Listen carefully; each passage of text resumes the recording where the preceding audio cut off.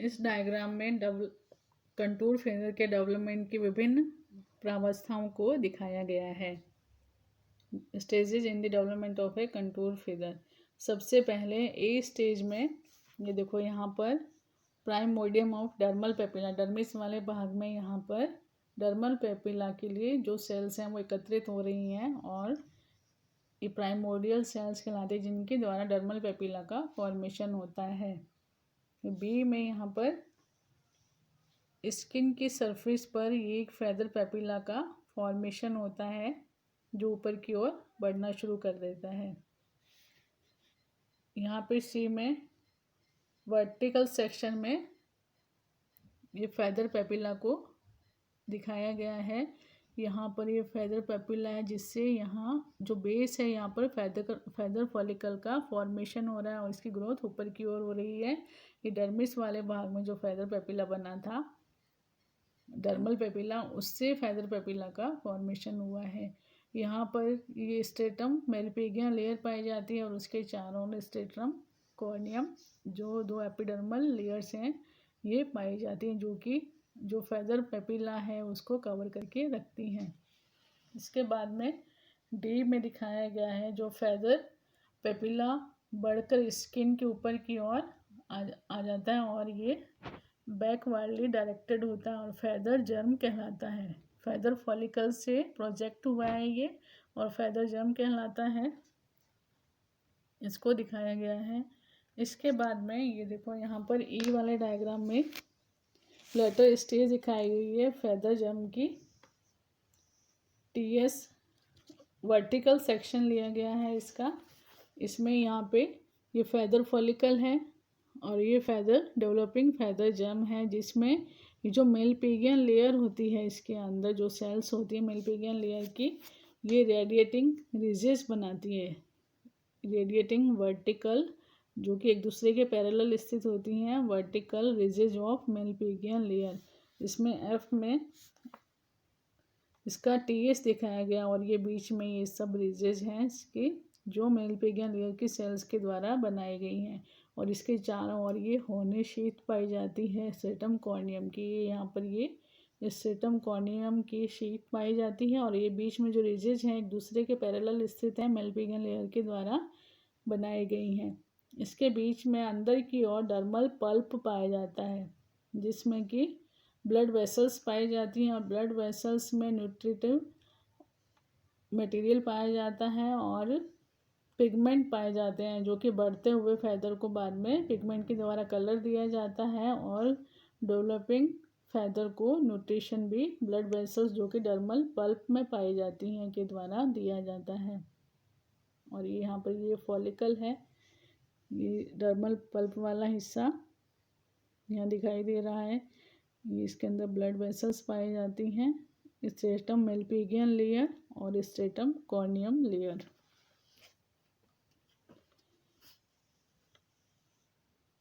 इसमें down feather के follicle में डाउन फेदर को दिखाया गया है। ये यहाँ पे क्या इसकी स्प्लिटिंग हो जाती है स्ट्रेटम कॉर्नियम की जिससे ये जो रेडिएटिंग रिजेस थी ये बार्ब्स का रूप ले लेती हैं। ये यहाँ पे बार्ब्स दिखाई दे रहे हैं, ये लिबरेट हो जाती हैं, फ्री हो जाती हैं और एक दूसरे से थोड़ा अलग अलग हो जाती हैं। ये फेदर फॉलिकल है यहाँ पर, ये stratum corneum layer, stratum Malpighian layer, dermal papilla और फॉलिकल और परमानेंट फेदर का ये डर्मल पेपिला और फॉलिकल है और यहाँ पर ये बार्ब्स दिखाई दे रहे हैं। तो ये डाउन फेदर है फॉलिकल में दिखाया गया है। फिर न्यूली हैच्ड वर्ड का मैच्योर डाउन फेदर यहाँ पे दिखाया गया है। ये यहाँ पर कैलेमस है, इसमें रेकिस नहीं पाया जाता डाउन फेदर में, सीधा ही जो कैलेमस है इसके टॉप पर यहाँ पर ये बार्ब्स दिखाई देते हैं, बार्ब्स के ऊपर बार्बल्स लगे हुए हैं। तो ये स्ट्रक्चर है mature down feather of A newly hatched bird. अब इसमें ये यंग कंटोर फेदर दिखाया गया है। ये जो बार्ब्स हैं इस प्रकार से इनमें डेवलपमेंट होता है। बीच में यहाँ पे एक शेफ्ट या रैकिस फॉर्म हो जाता है और रैकिस के दोनों ओर यहाँ पे ये बार्ब्स पाए जाते हैं, बार्ब्स के ऊपर बार्बल्स पाए जाते हैं, और नीचे ये जो क्विल्स हैं, कैलेमस है, कैलेमस के जो सुपीरियर अम्बिलिकल ओपनिंग है और लोअर अम्बिलिकल ओपनिंग है, इसके बीच में ग्रूव पाई जाती है जो कि खोखली होती है, और जहाँ पर सुपीरियर अम्बिलिकल पाई जाती है, अम्बिलिकस पाई जाती है, वहाँ पर एक हाइपोरेकिस बनता है, और जिसके द्वारा एक अलग ही फैदर का फॉर्मेशन होता है। इसमें भी ये देखो, यहाँ साइड में जो न्यू फैदर बन रहा है, बार्ब्स पाए जाते हैं, सेकेंडरी फैदर बन रहा है, ये बार्ब्स के ऊपर बार्बल्स पाए जाते हैं। ये जो है कंटूर फैदर, इसके जो वेन के बार्ब्स हैं ये अनइक्वल साइज के होते हैं। कंटूर फैदर का स्ट्रक्चर दिखाया गया है ये। इसमें डायग्राम में कंटूर फैदर के डेवलपमेंट को दिखाया गया है। देखो इसमें ये यहाँ पर जो एक डर्मल पेपिला बनता है, जिसके द्वारा ये फैदर फॉलिकल का फॉर्मेशन होता है, और फैदर फॉलिकल से फिर फैदर जम का फॉर्मेशन होता है। ये ऊपर ये हॉर्नी सीट है स्ट्रेटम कॉर्नियम की, और यहाँ पे ये मेल पीगियन लेयर का जो भाग पाया जाता है, कॉलर होता है, ये mid dorsal portion of collar. Malpighian cells के द्वारा जो रेडिएटिंग रिजेस बनाई जाती हैं, ये अनइक्वल साइज की होती हैं, समान आकृति की होती हैं।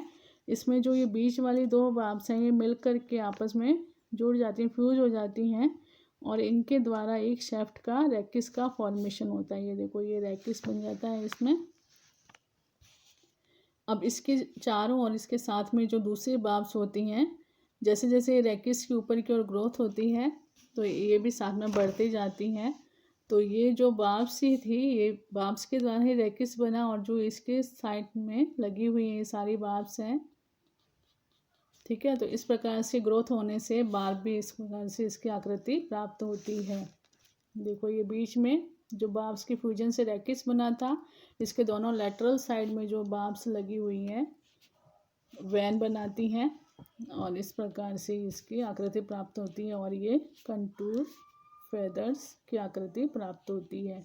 और इसमें जो ये वाली दोनों कॉलर की साइड से आपस में फ्यूज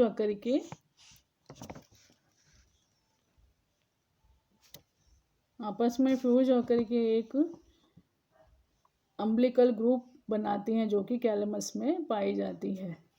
तो इसका डेवलपमेंट डाउन फैदर की तरह ही होता है, फैदर जम से जब वो बार्ब्स बनने तक, लेकिन जो बार्ब्स होती हैं बनती हैं वो अनइक्वल साइज की होती हैं। इसी वजह से जो सेंटर की दो बार्ब्स आपस में फ्यूज होती हैं और उनके द्वारा रैकिस बनता है, और जो आसपास की नेबरिंग बार्ब्स होती हैं वो इसकी ग्रोथ होने के साथ में ऐसे लगता है जैसे इसके लेटरल भाग से उत्पन्न हो रही हैं। ये इसके लेटरल भाग में लगी रहती हैं, पार्श्व भाग में लगी रहती हैं, और इस प्रकार से इसका जो स्ट्रक्चर प्राप्त होता है, एक सेंटर में रैकिस होता है और उनके दोनों और लेटरल साइड में बार्ब्स लगी हुई दिखाई देती हैं।